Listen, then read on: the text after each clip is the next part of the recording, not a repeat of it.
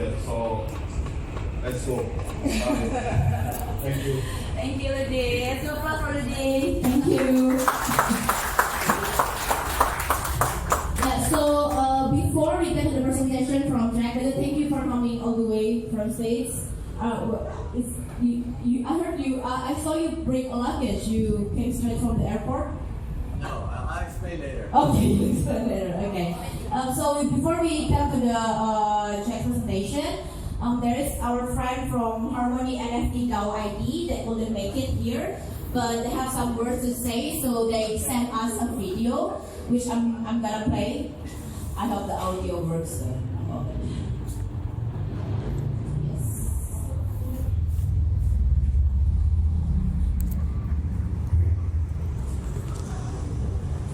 Explain a bit about what is NFT DAO ID before? Yeah.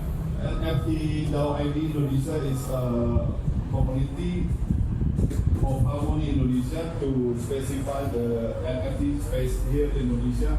It's onboarding many community from like artists and NFT makers, so they can step up with better Harmony. From all around Indonesia, yes. Okay. Is the video in English? English. Okay.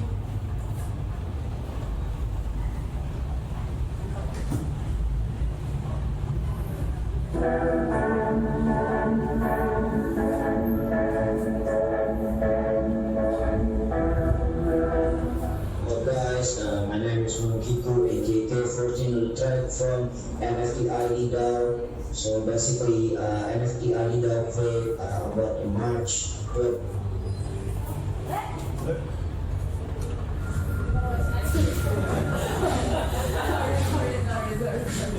Give a great contribution in the NFT art scene with the NFT project like Harmony Baby Farm from Habu, and also Tomcats Lab in the Mad NFT by the Tomcats itself. So yeah, so we basically gonna do onboarding Indonesian NFT artists by make sort of the mint fund. We give some free one coin to help them mint and learn how to using Harmony ecosystem and then mint their art into NFT. And then yeah, we create contest sort of like a trend that upcoming inside Harmony or maybe in the global crypto and Web3 trends, team related. And we make a contest. Last time we talk about bear market, and then we make contest about it. A lot of Indonesian artists were excited about that. And soon we have a lot of upcoming trend that we build inside the NFT ecosystem in Indonesia for Harmony. Also, we educate them in the Web3 scene about Harmony ecosystem to make them contribute in a lot of Harmony DApps project that need their arts, their music, their photography, etc. to grow Harmony ecosystem of our culture that can create a massive engagement for the Harmony blockchain in the future, especially in Indonesia. Why Indonesia?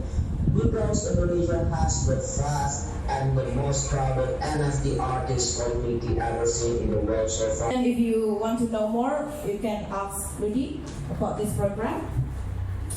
Okay, so before we get into the presentation, there are my friend here, Pablo from HarmonyFEST, that's gonna explain about HarmonyFEST, an event going to happen in Bali. I heard it's very exciting.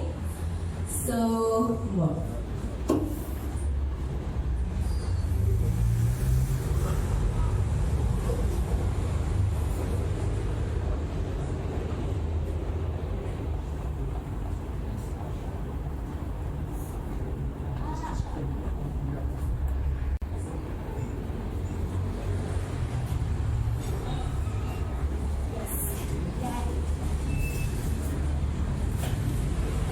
Hi everyone, thank you very much for coming.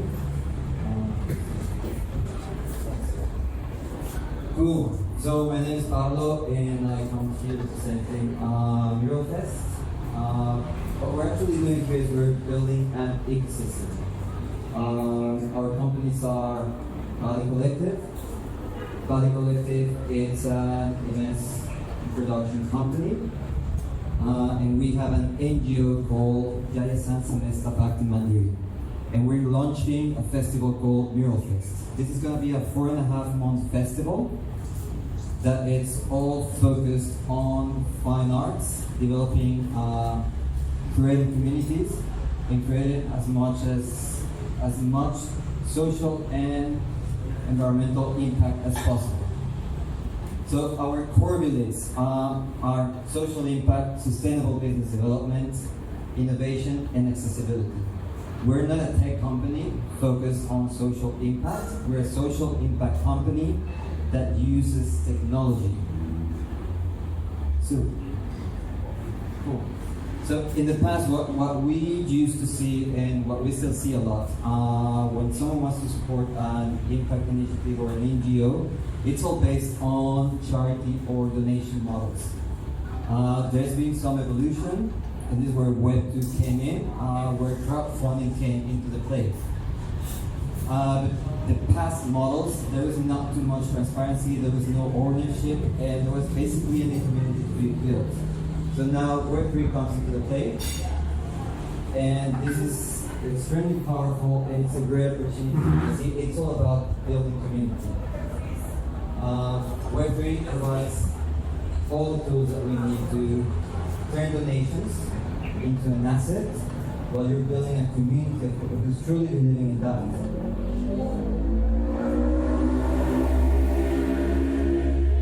So pretty much for the entire festival, we're going to be doing a lot of fine arts. There are going to be murals, there are going to be paintings and canvases, there are going to be sculptures, there's going to be music, and everything that we're creating through the festival, we're going to be minting it as NFTs. But more specifically, they're going to be impact NFTs. So if you look at what our NFTs are doing, our digital assets are doing, we're focusing heavily into impact. That's the main goal to achieve. But at the same time that we're doing that, we're focusing very, very heavily in utility. Every single NFT that we create, it's a customer loyalty membership. So meaning that we are working in creating a lot of different collaborations and partnerships with a lot of different venues, shops, hotels. So whoever owns these NFTs can have access to a lot of different discounts. And there can be even multi-tier access to perks, so 3 nights at hotels, depending on the ticket of the NFT. And at the same time, we're focusing heavily in arts. We are focusing in developing creative economies, because that's super important. That's pretty much what makes us human. It's that touch that we haven't got. We are creative side. And what we're aiming to do here is provide the artists a platform that allows them to create a better world through their artistic expressions. So if you look at it from a very, very high perspective, you're just reducing the walls of what making a difference actually means. We always see a lot of people that we want to support this initiative, we want to help, we want to make a difference, but it's very hard for us to do it because we don't know how to do it. For a business, they are focused 100% on their operations, and for them to go out of the way to make a difference is extremely difficult. So the product that we're creating here is something that just brings down those walls, and it's it. You don't have to go out of your way to make a difference. Just focus on the things that you do, on the things that you love, on the things that you know how to do, on the things that are allowing you to create value for the community or for the society, and the things that make you happy by doing. So you as a business, what you can do to support, we have these NFTs that are pretty much building a membership. All you have to do is just give a discount. Anyone comes with this NFT, give a discount. And indirectly, you are funneling future value of their sales towards actually an impact initiative. How our NFTs are going to be,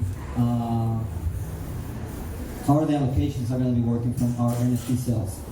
So again, our main focus is impact. So for every piece of art that we create, we are going to pair them with an NGO or an impact initiative. These impact initiatives need to have a project in a specific. Everything that they do needs to be measurable, transparent, and it needs to be tangible. So when these NFTs are sold, 40% of the allocations go into an impact fund that deploys funding based on milestones in these impact initiatives.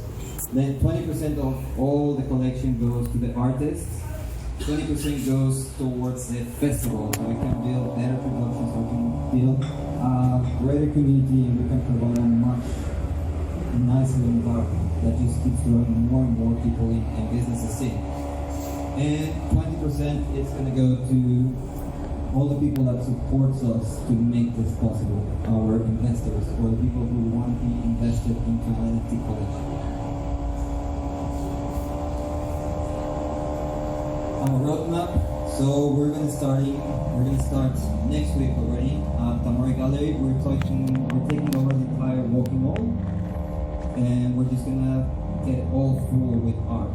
All the art created there are gonna be NFT collections, and that's gonna be going from the 9th of July till the 16th of July. But again, we're gonna be doing this for 4.5 months up to the G20. So our roadmap is pretty simple. We're going to be building it on the go, but as soon as we start creating these first NFT collections, the NFT impact fund is being created. Then we're going to focus on creating an island guide and solutions that allow everyone, all the NFT holders, all the businesses to interact with each other. And that's going to be called NFT Collective Island Guide. And we're gonna also focus a lot in building into perks and gamification. So we're gonna be doing scavenger hunts with all the pieces of art. We're gonna go all over the island. It's not gonna be only in Canggu. We're gonna go to Watu, Ungasan, Canggu, of course. We're gonna go to Ubud and many other different places. And we're speaking with people from tourism, because there's places that are not active yet and are really need to have some food truck coming to it to support the economy. So through these mechanisms, we're also going to be focusing on driving people where the presence is needed the most. These are some of the impact initiatives we are going to be working with. So we have Bali Life Foundation. It's in Orphanage down south. We're building a rainwater harvesting system that will collect enough drinking water for them to have to drink for the entire year. Are you all living in Bali or in Indonesia? Yeah. So you guys know that here you cannot drink the tap water. If you want to drink water, you have to buy it. So we're focusing on developing solutions that allow, first we're going to start with an orphanage, then we're going to go up northeast to Karambitan. There's like very, very dry areas. We're going to start bringing this same mechanisms over there. Plastic exchange, we're going to be helping them developing a machine that turns single-use plastics into construction materials, or it's like a kind of a synthetic wood that works a lot for creating like pillars, columns, and gazebos, and some lettings and other structures that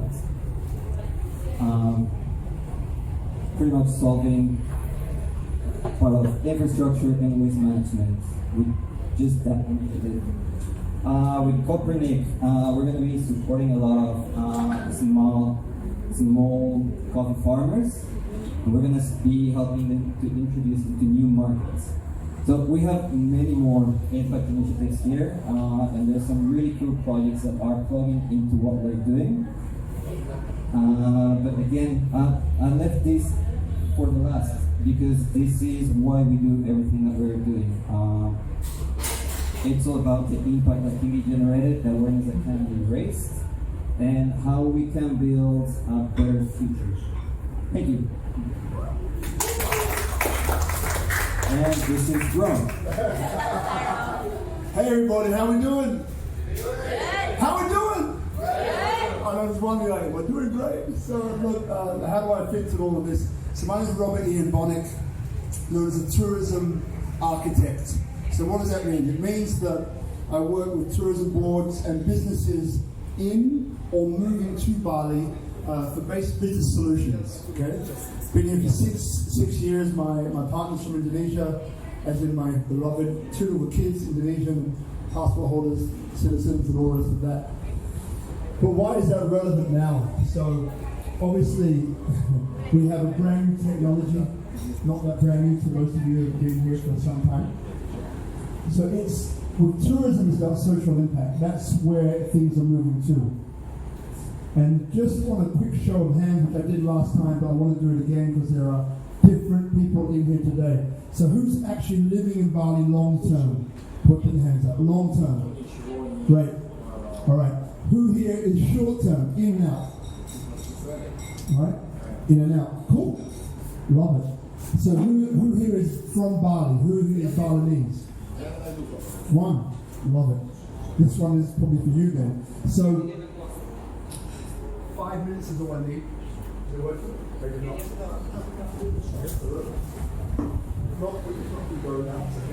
Test. There we go. We'll take the test. Okay. So who here has heard of the term Tri Hita Karana? Put your hands up. Not you, because you already know. So Tri Hita Karana. Okay. Who hasn't heard of that term? Put your hands up. Should be everybody. Okay. Beautiful. All right. So Tri Hita Karana. The way to well-being or prosperity. Traditional Balinese philosophy. Very important for all of this. Because we're here in Bali, whether we're here for a long time or a short time, we're here. There's an energy, there's a vibe, there's a frequency that we all love, right? That's why we're here. Okay? So Tri Hita Karana is very important. Imagine a triangle. Let me do it with my right hand. Imagine a triangle. And the way I like to see this is ask yourself before you start a project, before you start a business, before you create something that you think is going to be worthy, compare it to these 3 points I'm about to bring up. So the first point is man to God. So how is what I am doing now impacting or affecting culture, religion, tradition? That's number 1. Slide down over here. Now we have man to environment. So how is what I'm doing impacting the environment? Now this could be sustainability, regenerative projects. So you've got 1, you've got 2. Now over here we have prosperity, human to human.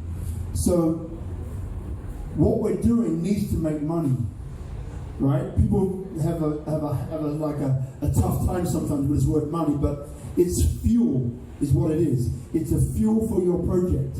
So when you look at all 3, Tri Hita Karana, when you look at all 3, you realize that this is a perfect triangle for social impact, for sustainable business, for regenerative business. So what I do as a tourism architect is that any project, I'm advising the guys on Bali Collective, that any project which I get involved in has to uplift humanity. It has to. If it doesn't do that, then I'm not going to be involved, right? There's a whole backstory behind that for another time. So, and I actually encourage and invite you to look at this the same way. So any project that you're doing or that you're about to undertake, how does it impact those 3 things? Human to God, traditions, culture, customs. Over here, human to the environment, sustainability, regenerative systems. And then over here, prosperity. How does it impact prosperity? Through hitting these 3, through considering these 3. So when I look at Bali Collective, the reason why I got involved is because it hits all 3 in a very powerful, positive way. So gone are the days of I win, you lose. Gone are the days of we get together, brother, we win and everyone else loses. Those days are on the way out. Here we are saying, well, if I win, you win, he wins and they win, that's a quadruple win outcome. And that's what, for me personally, Tri Hita Karana stands for. Quadruple win income. So, outcomes, not incomes. So when you're looking at all of these projects that are probably going to be presented today, we're looking at Harmony, just keep that in mind. Tri Hita Karana. You're here in Bali. Take some time to learn the language. Take some time to learn some of the culture and customs, because what is within this island is astonishing. Really, like the traditions go deep. spiritual, soulful. Like it goes on a level that if you can connect to that, which you already have on a surface level, if you can go deeper, you'll find something here that's even more tangible, palpable, and powerful that will really impact your life in a really strong, positive way. So I can talk forever, which I won't do today. So I'm gonna hand it over to the guys from who's next? Guys from Harmony, but maybe just a round of applause for Harmony. I've met Rudy before. Incredible project. Looking forward to see what your story, Jack, is going to be. What you're going to lay on us, lay on us on this Friday evening here in Bali. Thank you for doing what you do. I know the tree Hitakarana runs within your business too, and it's phenomenal. So round of applause for Harmony, guys. Thank you. Thank you, Robert. Thank you for the friendly reminder to remember the root of because we all live in Bali, and even though I'm also Indonesian, sometimes I forgot that I also have a part to play in the Balinese culture as well. So thank you very much. So I know you've been waiting for the presentation. For those who just came, welcome. Thank you for coming. You can claim a free dinner later on and also free cocktail as well. Thank you very much for joining us. So, the next presentation will be from the Harmony One themselves. Our presenter is part of the engineering and partnerships at Harmony One, including games, DeFi, and NFT-based communities on Harmony Protocol, and also working on the Harmony's Accelerator program. So let's give a round of applause for Jack. All the way from stage, guys.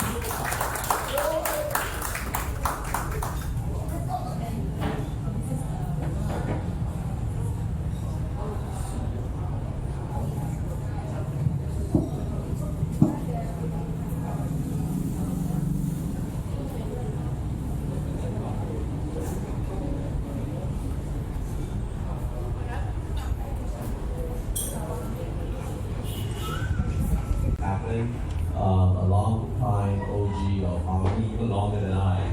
So just a little bit about before we go into Harmony and HarmonyFest, I want to maybe poll and see like how many people are like of a certain part of the community. Who here are like into NFTs?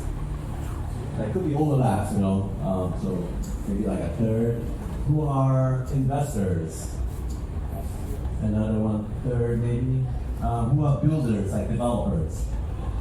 Another one third. Alright, we got 4 thirds here. Awesome. I did fly from the States, but it's on a family vacation. So that explains the luggage. I brought some merchandise from Harmony because I was traveling. I was like visiting family in Kuala Lumpur. So I'm anak Malaysia, so that's how I know Bahasa from that side of the world. And then happened to be COVID, I couldn't visit my second destination. Bali seems like a really, really good place to go, and Bali. And at the same time, I was like, hey, you know what? I'd like to tell more of I would like to connect with more of the folks in the local space. I was not familiar with the Kuala Lumpur scene. I was very surprised. And then here in Bali, I'm also very surprised with the crowd over here. Fantastic area, Toko Crypto. I just found out what Toko means. That does not exist in Malaysia, but this is great. So quickly, Harmony is a chain that has been around since like 5 years ago, 4.5 years ago. The founders are from the San Francisco Bay Area. A team of founders got together, decided that they want to build a chain that's for 10 billion people. Last I checked, this world does not have 10 billion people yet, but that means it's building for the future, something that will be equitable for all, and then it's going to be affordable to be used by everybody. So that was the vision way back when, and I was involved in a way that I was in a meetup, and I met the founder and founders, and then they told their story. And I felt that it was really, really important that your story gets propagated. So I was in Web 2 space, and I was running teams in Silicon Valley. Like I was also a developer, and I was scaling apps and running teams. And somebody told me about Ethereum. I got into it, and then got into Harmony. And then I said, I want to support Harmony. So I ran validators for Harmony back in the testnet days, the mainnet days. And I noticed this guy Ludi. It's like, who's this guy? There's a lot of community members, very, very passionate. So I'll get into that later as well. Then after COVID started, I switched over to AWS. I felt really pigeonholed over there. And you know what? I gotta move out of there. That's when I approached Harmony. It's one of the chains that my validator supports. My validator service runs 6 chains. So one of them is Harmony. And Harmony seems like the place to be. And that's when I joined, less than a year ago.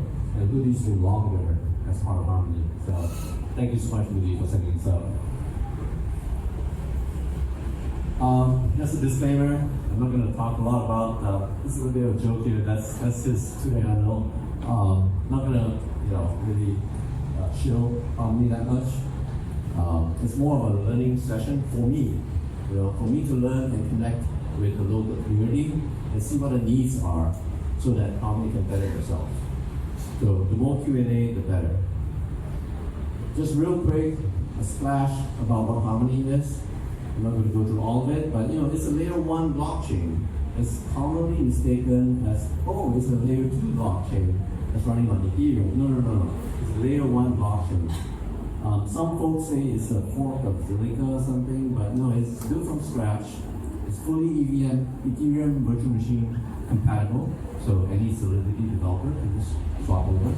Proof of stake. It has a lot of trustless cross-chain bridges. You guys are really in tune with the news today.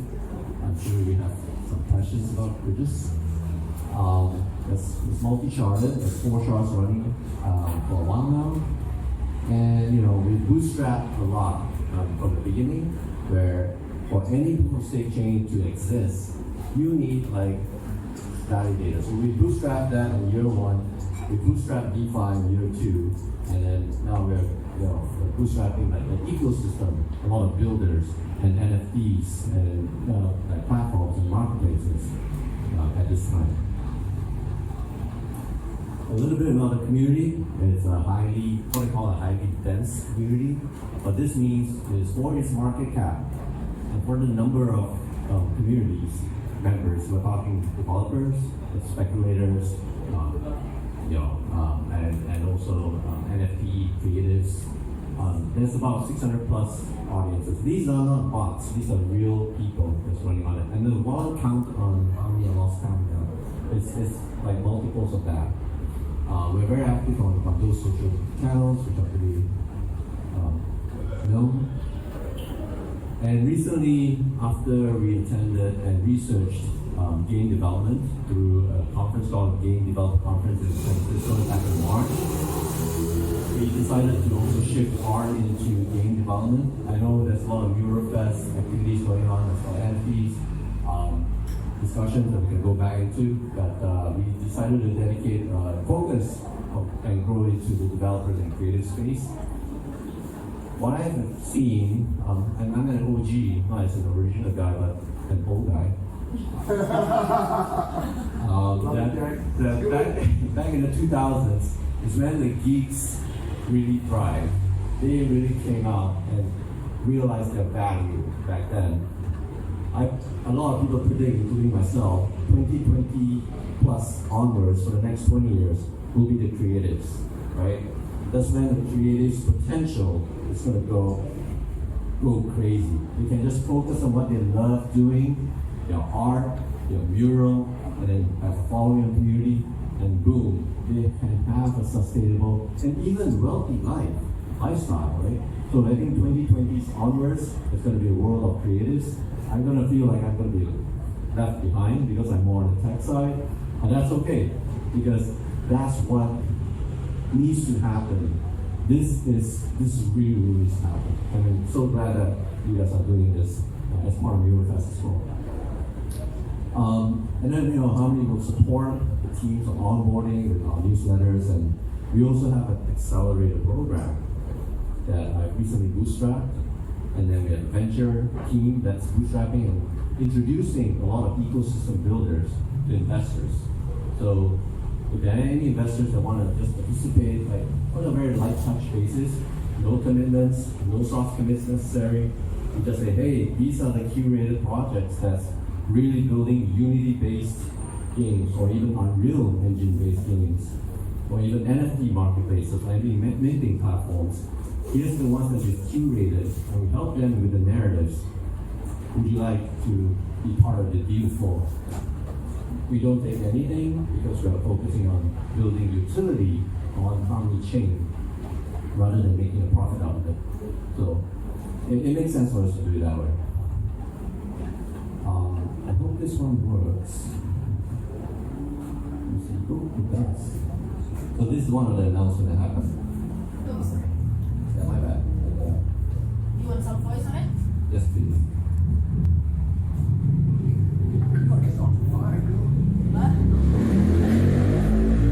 Yes. All right. Let take away. Why is Harmony the perfect home for gaming?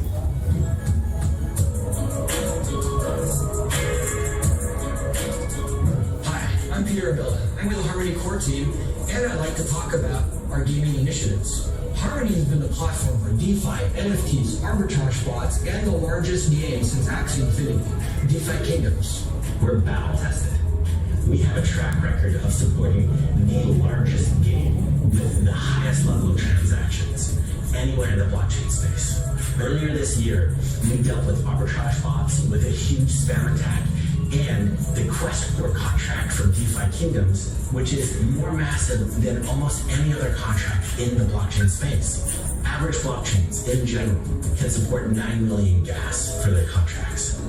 The Quest core contract had 90 million gas, 10 times larger than what an entire block could support almost anywhere else. And we handled it 1/4 of our potential. So what is our game shard? We're excited to announce that a new shard will be dedicated to support games coming to Harmony, powered by our upcoming cross-shard messaging protocol. With this cross-shard messaging, projects on our game shard will access contracts and liquidity located anywhere across our blockchain. Up until now, everything you've experienced on Harmony has been on Shard 0. Currently, Shards 1, 2, and 3 are unused and empty, and we're excited to dedicate Shard 1 to games on Harmony. Games can enjoy the fast network of a brand new game shard, and their players can enjoy gaming with inexpensive fees. Harmony will have launch titles and studio partners, and we'll share more on that closer to launch. Developers select us because in their mind, they think about the user experience of the great games that they are creating, of the great games that you are creating. And you know that the technology of blockchain is something that you want to incorporate, but you don't want your users to have a subpar experience. And that's why developers are selecting Harmony as their blockchain of choice when they deploy their Web3 games.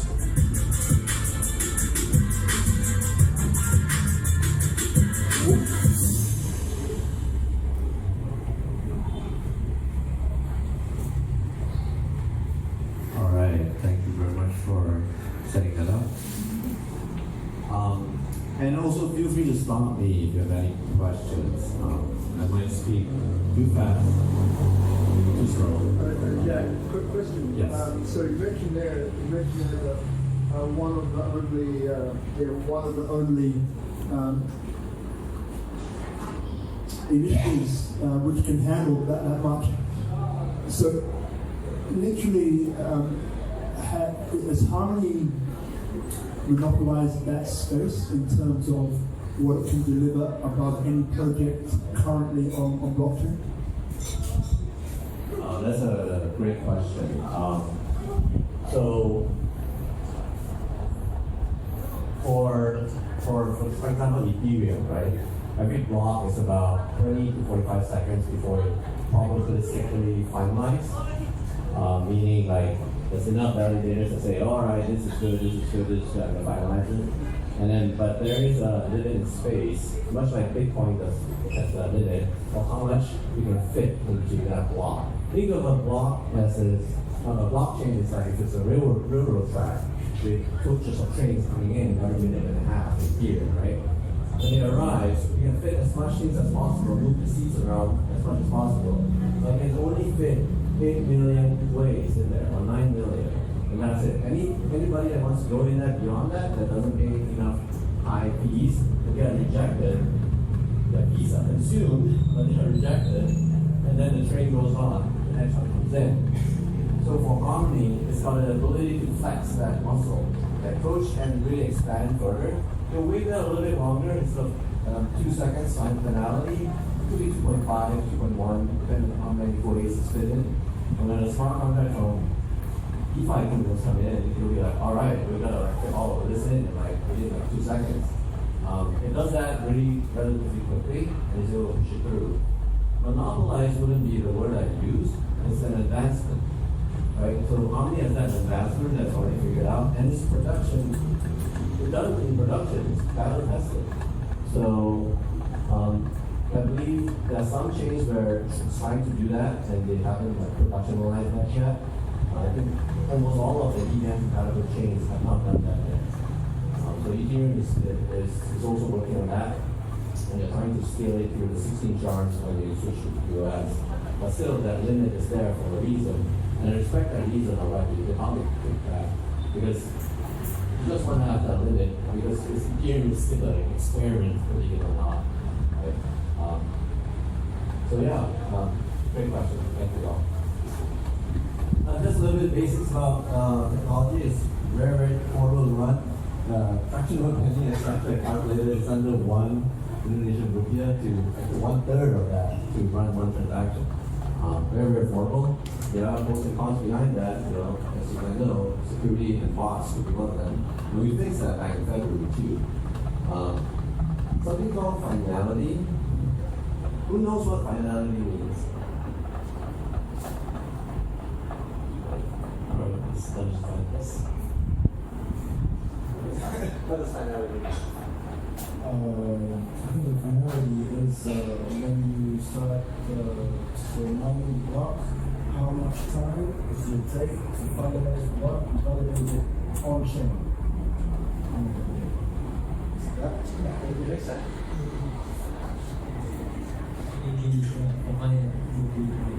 In the moment when the block is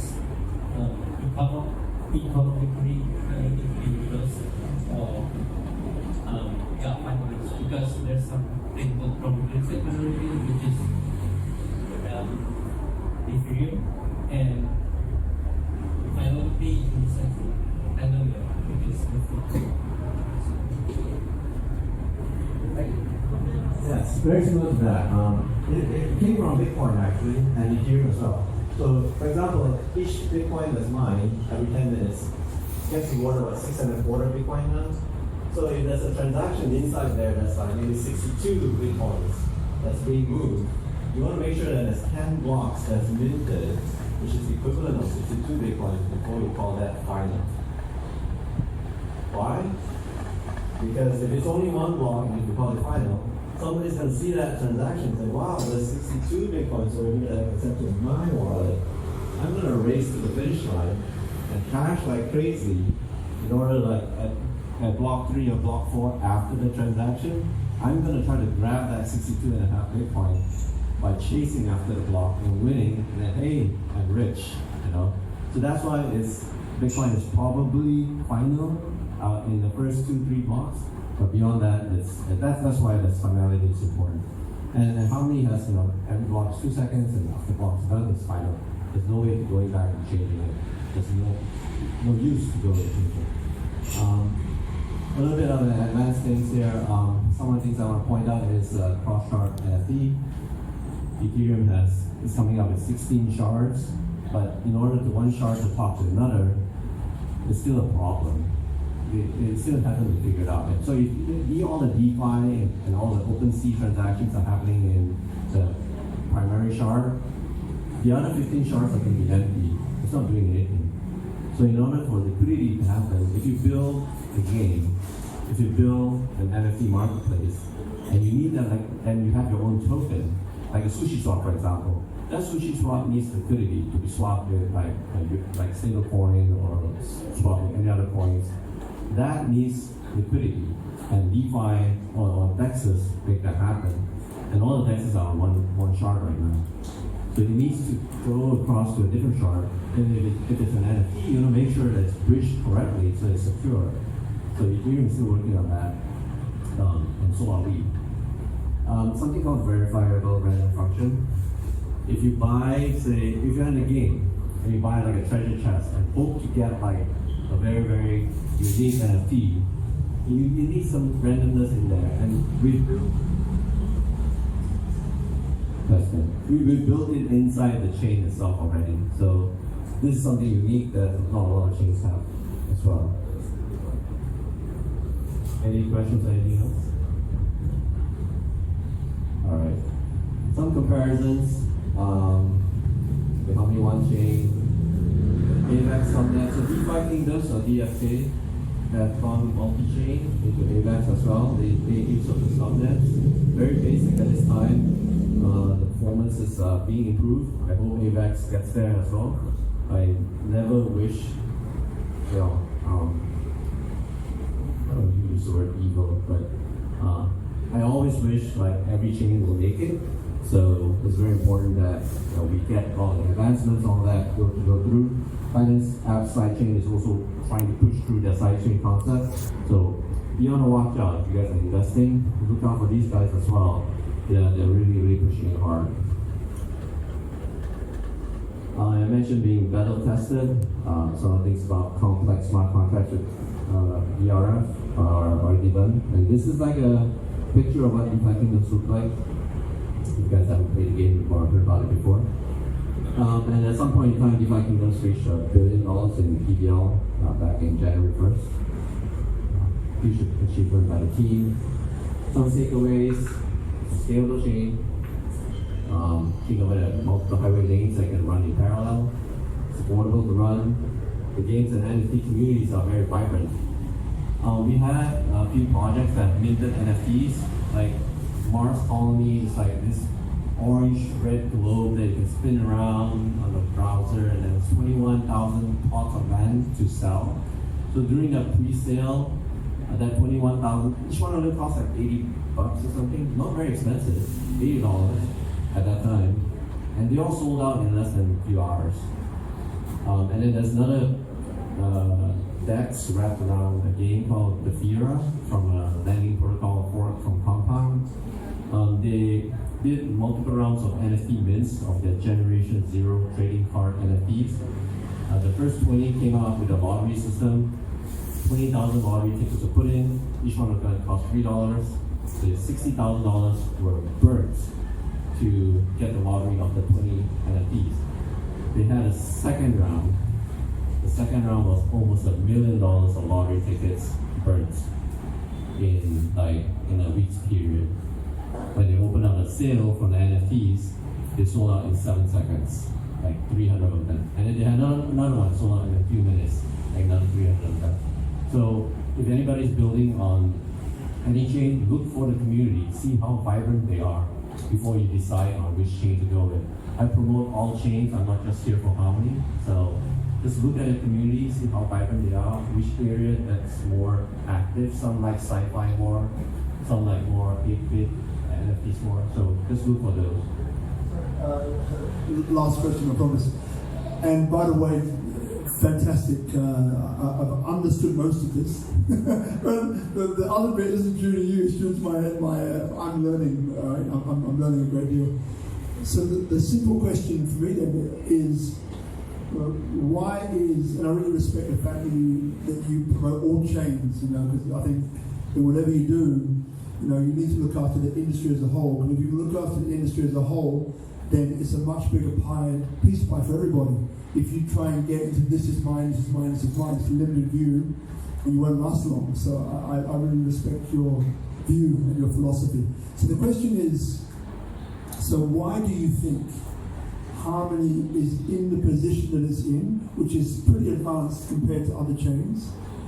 And what do you think, or why do you think Harmony will be able to maintain that path going forward into the future? Great question. I think there's multiple facets around that. Recently, with the incidents that happened, I think that has put a huge dent into our momentum. I think the community has carried Harmony a long ways. The technology has been built and built and built. The founding team, I give a lot of credit to the founding team because they go with the 996 philosophy, which I think is pros and cons, but they work really, really hard and test multiple ways of going through it. Harmony has gone through 2 crypto winters in the past already, has hired a lot of people and had to say goodbye to some friends. And it's a huge applause to the team that has joined, that has done this for a long time. Love that shirt, by the way. I just saw the Harmony logo there. But yes, it's due to the community on a large part, and the technology was there. I think maintaining that position has been, and then scaling that to the next level has been a challenge because there's so much noise out there and so much competition as well. So I would actually like to also hear from other people about what they think a chain like Harmony could do to better be promoted out there and better be well known and better to be built on. Because I think it's a matter of organizing all of these available facilities, I would say. Think of Harmony as any chain is like a platform, right? Like a CRM or a Linux platform or something that you can build on, iOS SDK toolkits, right? It's something that you can build on, but there's so much out there that you can build on. Like, why Harmony?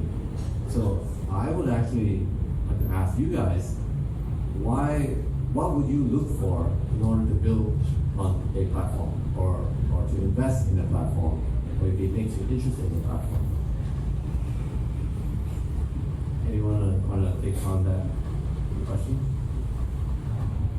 So I'm actually working with building a Web3 gaming framework, and one of the things that's been important for me with that is actually having the toolkits and the frameworks and stuff available to link in with. Having developer documents there, having access to other developers that know what they're doing. So far I've found a lot of that in the Ethereum community, but obviously there's a huge cost factor when it comes to Web3 gaming involved, so I see a lot of potential in Harmony One. So I guess for me the main thing would be just seeing like more developer documentation, more support for developers and stuff like that. Thanks so much. Great feedback. What's your name again? Nick? Nick. Nice to meet you. You too. So I have a show, a talk show called Speak Up Monday, which is what we already mentioned before.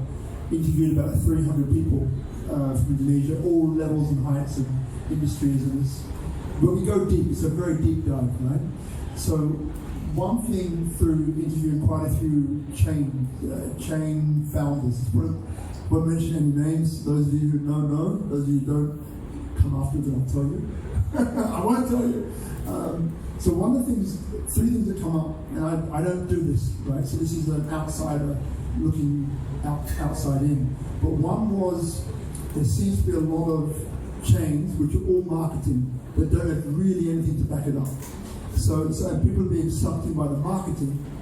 I've got this, we've done this, we've received this much, but there's nothing really to back it up, right? That's one. Another one which I found, again, through interviewing other people, has been this, as the gentleman just here said, but this true support for developers to actually build, right? As opposed to just trying to make it a numbers game. We have this many projects on, we have this many, and it's marketing again. It's actually having a team that's deep enough, that has the expertise and the passion to actually follow through and make sure that every person that deal with, whether it's low or high, gets a certain level of service. So that consistency is one thing that has been mentioned to that's severely lacking in a lot of these chains and a lot of these projects. Now I could go on, but I don't want to monopolize this microphone, but there are two that come up. That's great feedback. I have to say though, when I first joined, I was supposed to be quote-unquote engineering manager, but it was such a flat organization, and I felt that my impact would be more felt if it's just taking care of the ecosystem. The guys over there in the video, Peter Avila and Sam Harrison, they are the key players in growing the ecosystem. I was just coming in late on that, and I noticed that there's a grant program that we're launching, and then we have no resourcing. My project management hat was really crazy. I was a PM at Apple and Adobe, and I was like, there's a method to this madness, and we're not doing that, and we don't have enough resources to support. Like I said, a community is like a ton of projects come in. Sure enough, a ton of projects came in, and then our feedback, one of them was actually, hey, I didn't get enough support. But what we do differently is every single builder that comes on the Harmony, we create a private Telegram channel with them. So at least they have a door to knock on, right? And you'll call us out and whatnot, we respond within 4 hours, maybe 4 days sometimes, but at least we respond at some point in time. We go to inbox 0, that's a concept, within a week. But yes, it's great feedback. It is definitely marketing, there's a lot to do with it because everybody wants to be heard. And then we do have incidences where we do focus on some, and then what happens to the rest, it's really hard to focus on that as well. So now we're going back and going with focus. We want to make sure we focus on game developers and also the creatives, and we're going hard on NFTs as well. So we're going to make sure we resource enough people in that area. Show of hands, how many people think, alright, how many it's been around for a while. How many people think that Harmony has like more than 100 people? Alright, 3. How many people think it's between 50 and 100? Right, maybe a third. How many people think it's between 30 and 50? Nobody. Under 30? Nobody. The core team is only 25 people. And then we rely on a lot of contributors, part-timers that we just started paying them like late last year. The chain has been around for 3 years. And then all of them were working for free.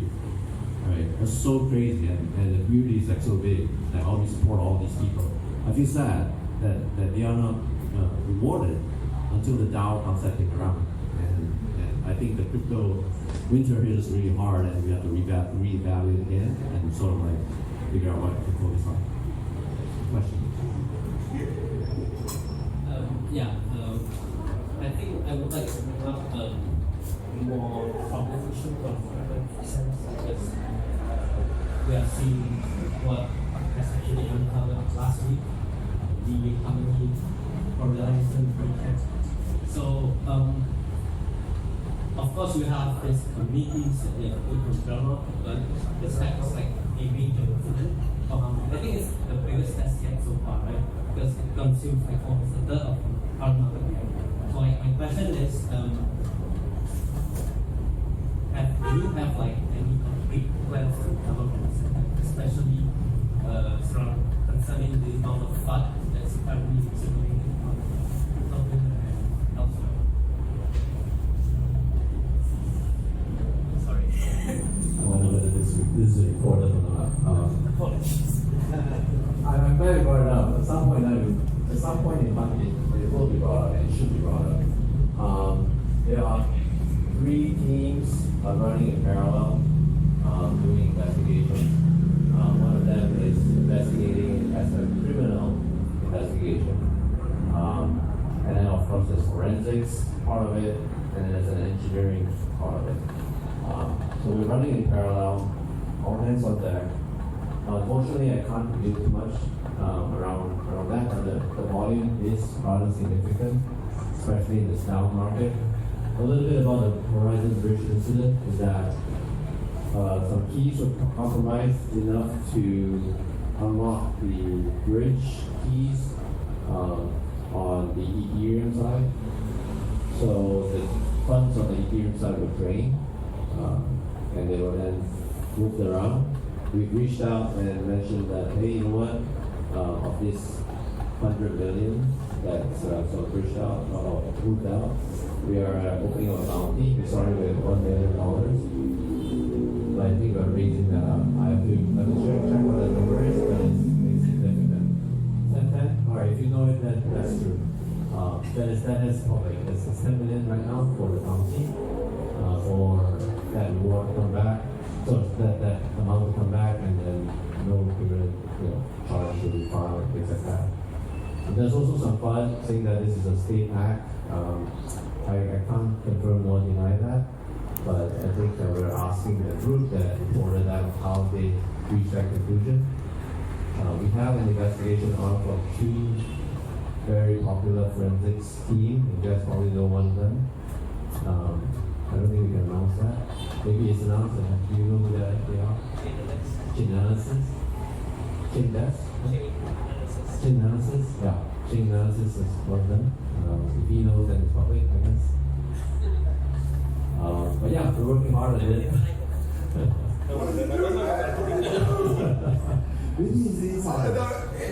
At the coffee break, I don't know who everyone wants to speak to. That was busy. Oh yeah, it did put a dent into our progress.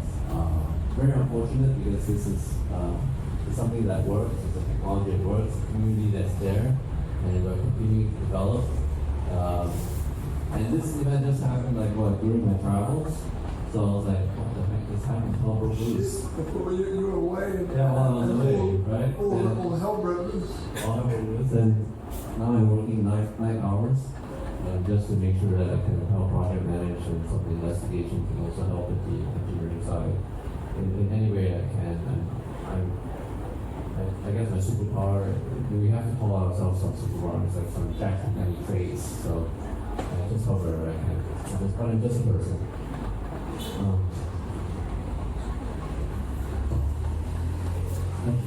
Hello everybody, my name is Paul. I just wanted to thank all the speakers. You're really great. It was so interesting and having a lot of fun.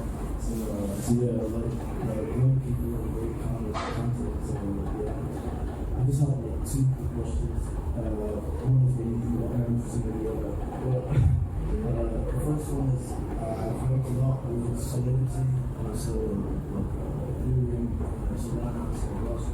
So I know that I was interested by the VRF, because I know that the learning number generation on-chain is very complicated with design, and it costs a lot in terms of computation.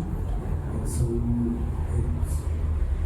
learning number generation is a key concept in programming design. It's needed in almost every program. So I was interested in knowing how to use that problem.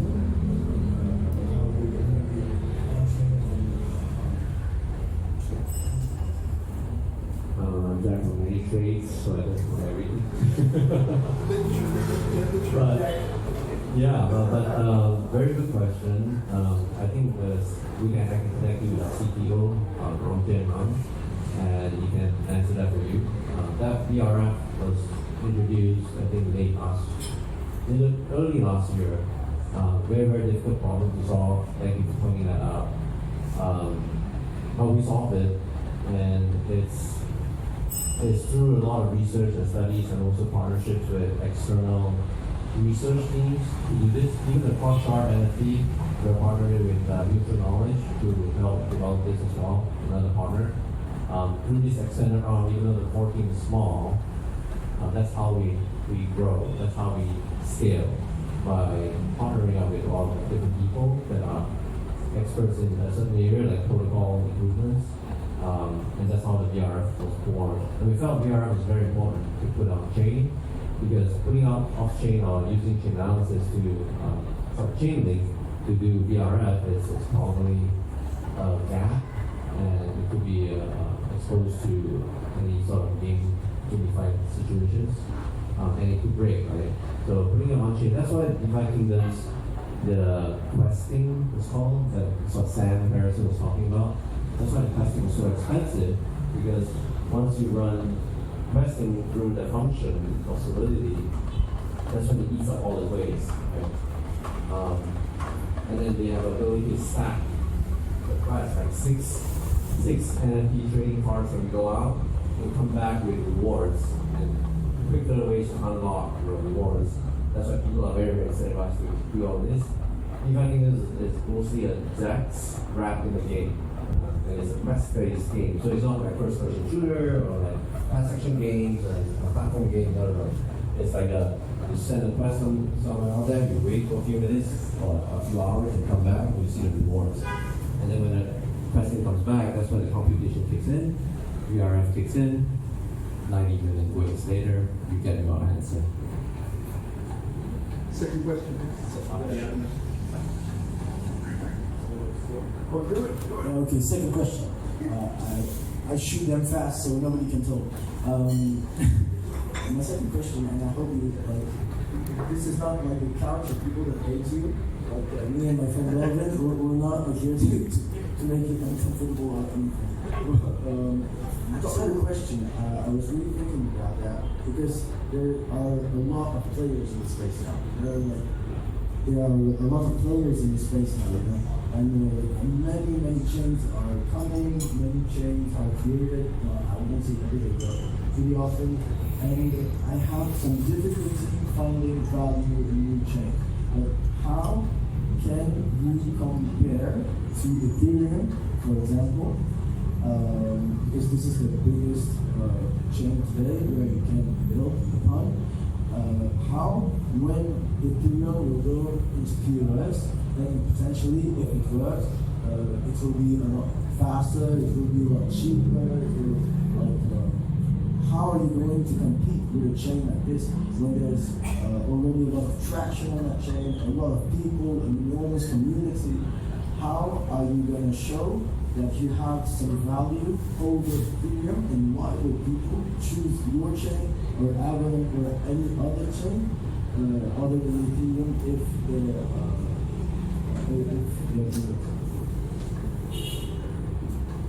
tough crowd.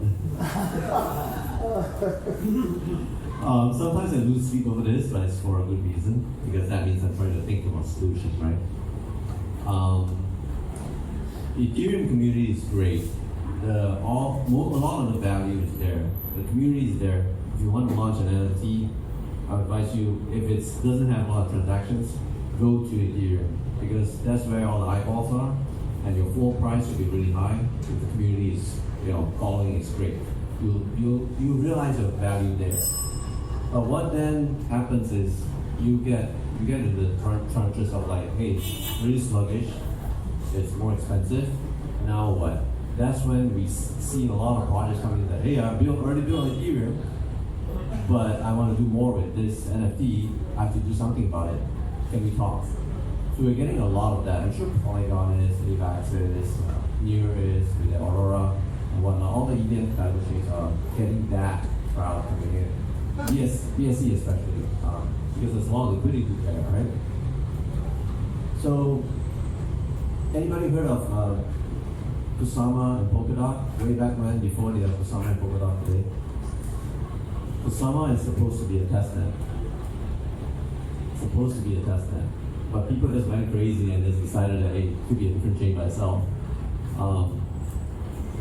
Harmony is going to be wanted to be a bridge across all chain, and the incident just put a dent into it, right?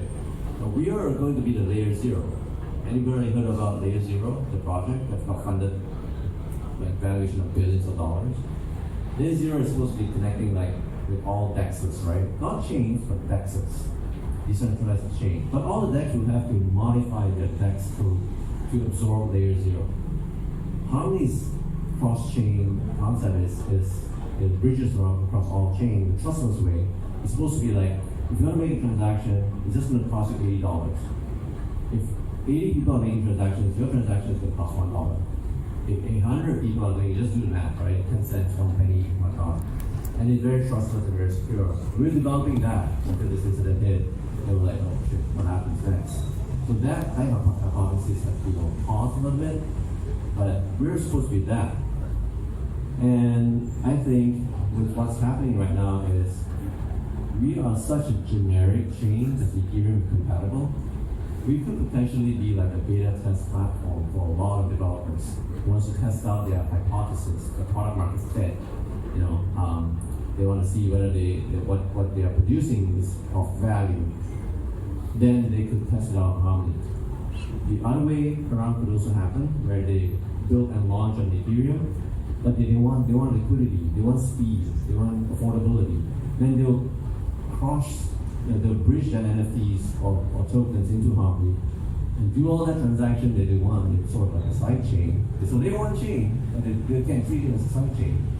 And then they'll complete the transaction, close the bar tab, go back to Ethereum, confirm it. All of a sudden, Harmony becomes like a Polygon, right? A layer 2 chain, even though it's supposed to be layer 1. Right? That could happen as well, Paul. So I don't have the crystal ball. I wish I do. Maybe some of you could come up with some ideas that could see like, hey, Harmony is Harmony. We have all this potential. What should we do? That's why I'm here. That's why I'm learning. That's why I took time away from family. When the kids are all in a pretty nice resort and they're enjoying themselves. But I love to talk to the community so much that I have to talk to my wife. So, can I come out? Can I come out tonight? She said, all right, go. Come on, great.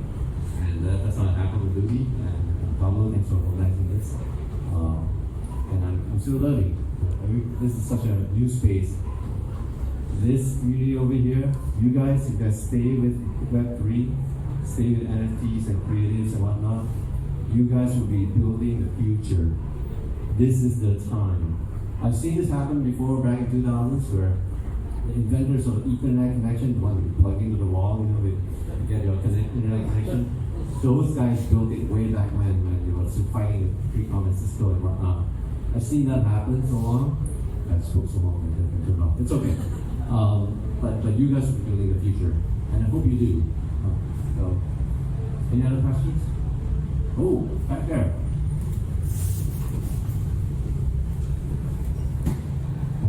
Hi, Jack. Thank you so much for all your information. It has been really helpful. I have a project for education, and for me, one of the factors, the most important thing is scalability. I'm super familiar with proof of work. However, I would like to ask you, what's the difference, or what would be a better option to build in proof of stake? Because I have read a lot, but until now, I don't see how would be the difference between those two. As I said, I am only familiar with proof of work, so I would love to hear from you.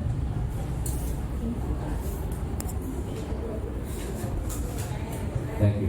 That's quite a technical term. I'm glad some of you guys were actually paying attention. Amazing. There's an amazing crowd. Thank you. You don't need to worry about proof of stake or proof of work. That's the beauty of it. Proof of stake, proof of work is a way of making sure that whatever you do on a chain is valid. And that proof is a mathematical proof that makes sure that it's valid and you cannot be hacked or reversed from it. That's what the beauty of Web3 is. That's what the damage Web2 has done to us all this while with spam or from emails and things like that. There's no way to block that. So with proof of work, proof of stake, proof of stake is like using CPUs from the cloud or from your own home, the technical term. Proof of work is very expensive. You run very expensive hardware, put through a lot of power through it, either through ASIC machines or like GPUs, to make sure that you can get the mathematical proof to get a zero in front and then hold a hash at the back. So with that zero, you can get the nonce and match that into the packet and then confirm that whole packet with another nonce. So highly complicated, but I won't go into that. If you want, we can talk about it later. But you don't. That's the beauty of it. You just have to use it.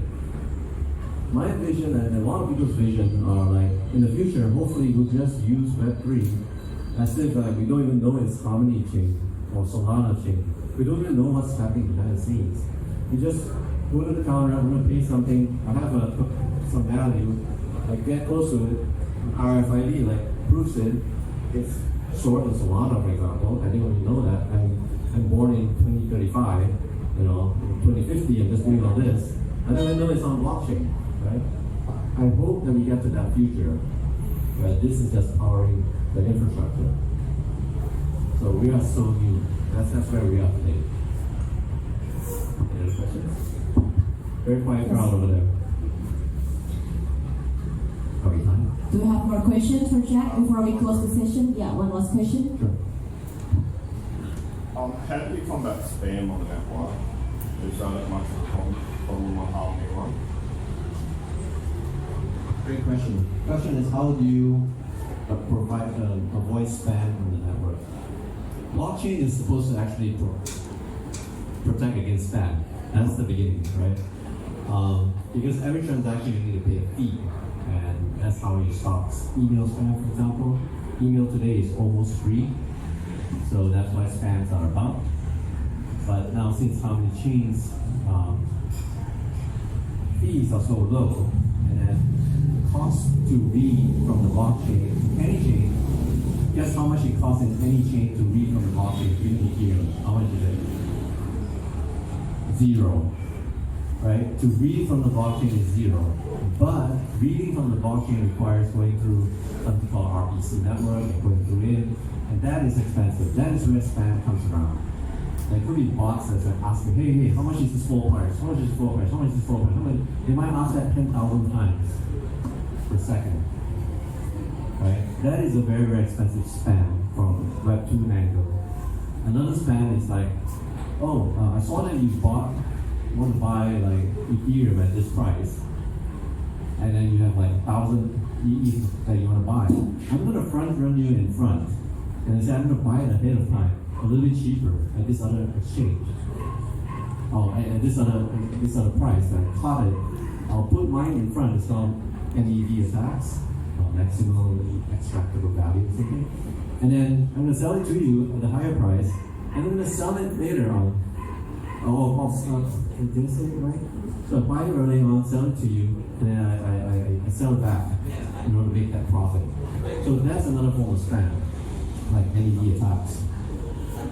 To answer your question, we saw both of that because of DeFi Kingdoms. People are trying to buy NFTs from the market at like mispriced values, and immediately, a few seconds later, they post it again at the value that people will usually buy it at. Because there's not enough analytics to say, okay, this trading card should cost this much.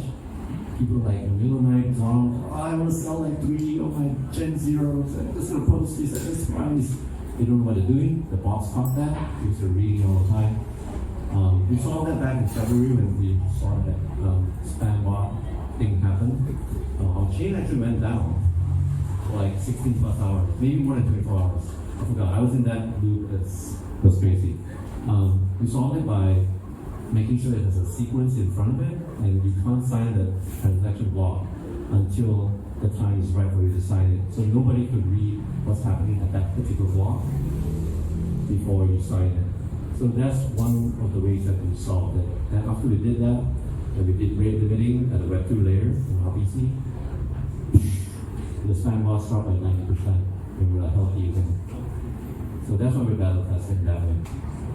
It's open source, so people that's trying to build their own chain can actually come up and like, hey, this all good, yay, I'm just going to copy this code. Fine, go ahead. The reason that we're not afraid of that is because I think there's a community behind that needs to happen. There's a bootstrapping of validators for proof of stake that needs to happen, and we've done that already. But we have to keep ahead. We can't be sitting on the laurels. So there's a lot of work left for us to do. All again. You're a star ball. I'm sorry for all the questions, but this is so interesting. I'm forced to ask you. It's kind of like a last question about not really about Harmony, but about the future in crypto and this world. Because I learned a lot about crypto in the last years, and I found it really very revolutionary. Like the blockchain is just incredible, and the concept of blockchain is just something that's going to change the world, and nobody's going to tell me otherwise. Like I'm sure about it. And the thing is, I just cannot wrap my mind around the payment system.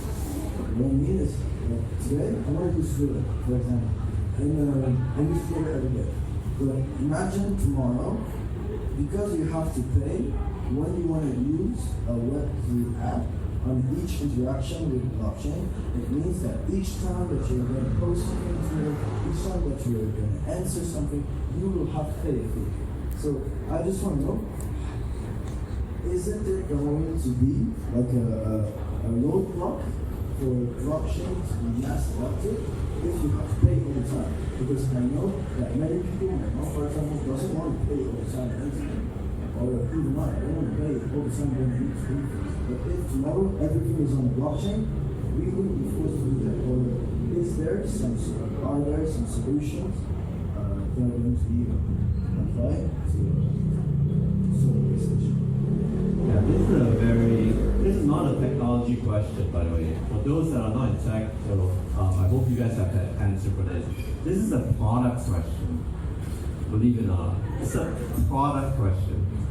Games are free to play today, right? You can play on it to a point like, I'm frustrated. I want to level up this castle. I want to level up my bows and arrows. Oh, now it's paid? All right, I'll pay it.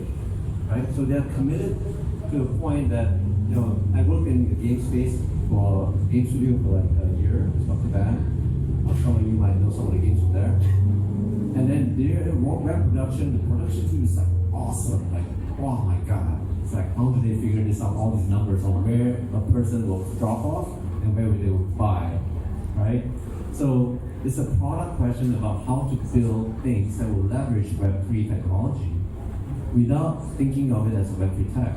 It's a product question, right? Like games today, there's a triangle of like there are players and there are, which are called scholars, by the way, using YGG as an example, and there are investors or guilds where they go out and buy the NFTs pre-sale so they have it handy to loan it out to scholars and players, and then there are game developers that build on the chain.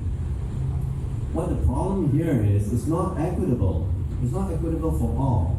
For people like that play normal games, Candy Crush and all that, try explaining to them a guild. Like, what the heck? I have to go join the Discord? What's Discord? And then I have to beg and borrow and pitch my case saying that I'm going to be a good player. And then they'll loan me something. What's this NFT? To install what extension? To put what? That's like 30 steps.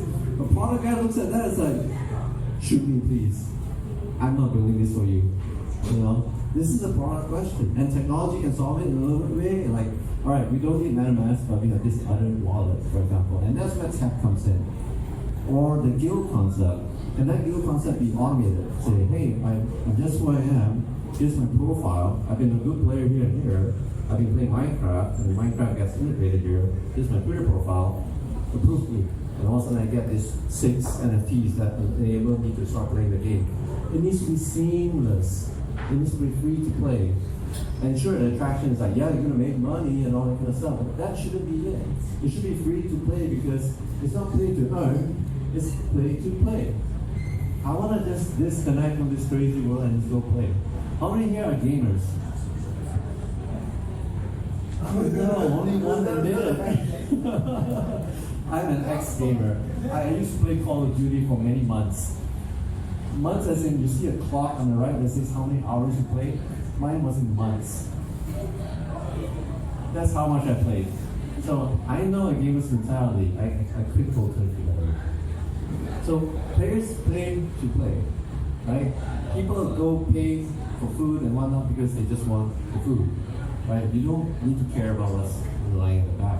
So it's a product question on how to solve this, and I hope people in this group will solve the product question that's out there.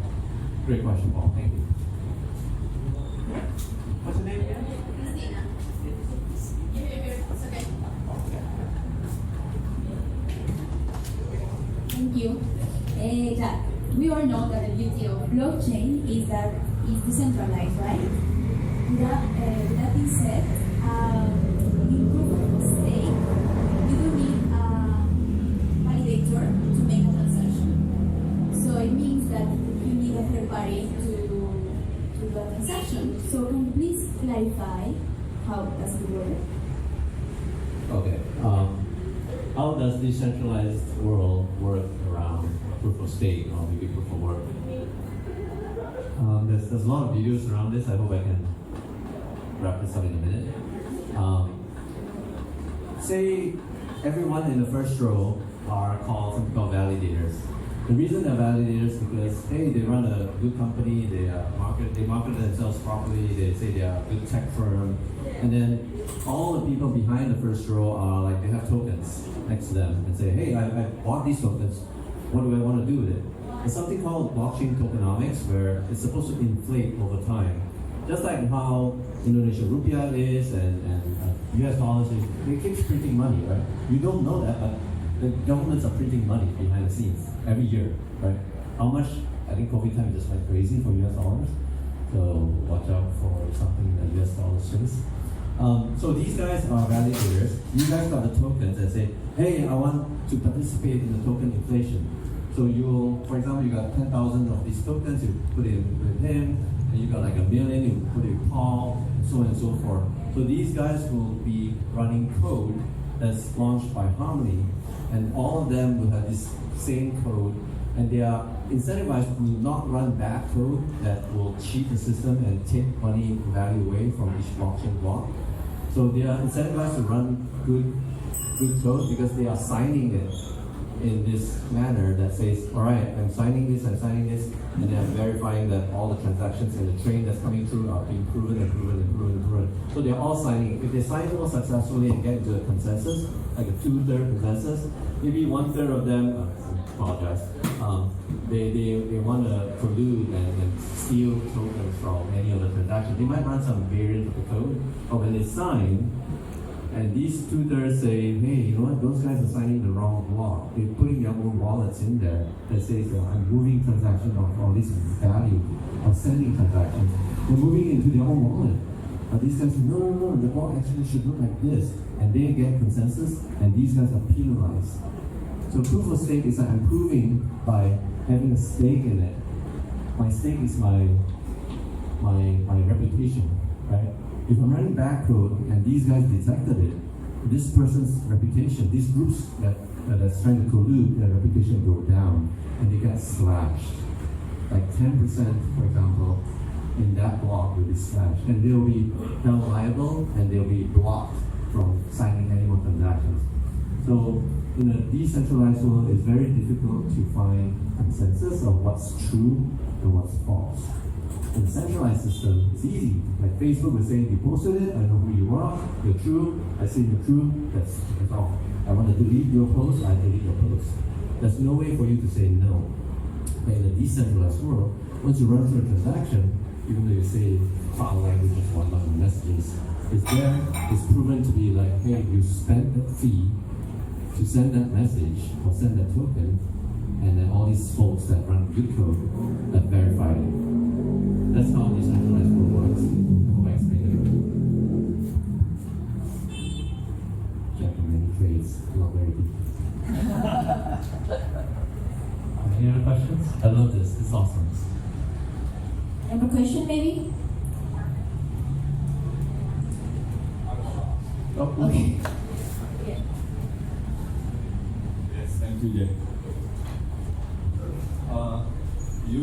I've been knowing you as an active party to select when the time the grant was still running, but now passed it. How do you make grants now available for new developers want to build on Harmony, like helping them to bootstrap and so on? Thank you. Great question. I did not cover that in my presentation. So back in September, I joined in August. Back in September, we launched a Harmony ecosystem fund, hoping to incentivize our builders to build on Harmony, and it was to the tune of $300 million. That's a lot of commitment back then. Yeah, I know, I will do that too. I missed that. I missed that as well. Because of the downturn and because of how I think there's a lot of a lot of details around how treasury will manage and things like that. I think we lost out on that opportunity. But we have that commitment out there. The grant program was paused maybe a few weeks ago. We're trying to figure out what the budget looks like, how long this, say the W word, winter, I guess, it's going to last. And then we are re-enabling it actually starting tomorrow, today, July 1st. For all the grants that we've committed to, we are going to follow through on that, but it has a high standard of like needs to be open source, high quality projects at launch, and we're not just going to like, hey, I minted a bunch of NFTs, give me the grant that you promised me. But we're like, hey, you know what, we're a community, we got to like make sure that the quality is good, make sure it's presented in the marketplaces that grows really quickly, and things like that. For builders of other like taxes and whatnot, it's very easy to also raise the standards and make sure quality projects get counted. But for the going forward, how are we gonna incentivize future builders? That's the question. It's gonna be very difficult. What we can do is double up on our resources of person's time from the core team and fellows within Harmony to help co-market, to help build, to help build a narrative of business, biz dev basically, right? So we're gonna double up on our biz dev for all ecosystem builders that we go through and onboard. The other part about it is, I learned this from real estate, right? When you buy real estate, you're borrowing money from the bank, you're using other people's money, OPM, right? So we're going to do something similar after launching the Harmony Ventures program. We have a Rolodex of over 100 like connected folks, maybe 200 plus now, that are tier 1, tier 2, and tier 3 investors that we're like, hey, you know what? We have all these projects. We know that you're interested in building investing in, say, NFTs. If you're not interested in infrastructure, that's fine. You want protocol working, we know who you are. We've curated investors already, and now we're just curating the ecosystem builders. So for any future projects that we come across, they're like, hey, you know what? We need funds. You guys don't have funds, I won't build it. Like, my mind would be like, hey, we have a ventures team that we just rolled out. With folks from Harvard Business School, with folks that are one of the 4 founders or 4 early folks from Zoom, with a TradFi guy that's in the certified FINRA and all that kind of stuff. They are part of the venture team that's doing all this curation and also onboarding of teams to be presented to venture capitalists and venture investors. So if anyone is interested to be in either parts, whether you're building or you're investing, come talk to me, send me a tweet, and I'll try to be more active on Twitter. I haven't been. So, but yeah, more than happy to talk to you guys about opportunity. I hope that answers your question. I know really it is tough times. Other chains that we spoke to, friends of our chains and whatnot, they're going through the same thing. They're canceling the grants program. It's stopping entirely. The other part about it is that we wanted to see like quality projects come in, but going through the list of grantees that were approved, we wish for a higher success rate, but the success rate wasn't as high as we predicted or wanted. So that was also factored in other chains as well. That's what they felt. That's why they canceled the programs as well. How they are going to do it, I'm going to have a conversation with them because they also just canceled their programs recently. I think the whole marketplace, the whole market, crypto market has a lot to do with it as well. Amazing crowd. Thank you for all great questions. Anybody else from this area? Okay, well, please. Mr. Harmony over there. Mr. Harmony. Thank you. I want to ask a question about the privacy feature in Harmony. Do you think is it possible to have an on-chain privacy feature like ZK now from Harmony? For example, I'm running validator on Harmony, and the idea USS Harmony. Oh, that's you! Awesome. It's a little bit annoying that sometimes the community spot us selling the rewards and etc. they sometimes pointing finger on us. That groups keep selling their rewards. That these groups keeping their rewards. On the business side, we want to have like some kind of privacy on that kind of thing. And I think having a feature enabling privacy on chain, whether you need it that way or when you don't need it, I think it's going to be handy for a lot of business entities that's been built on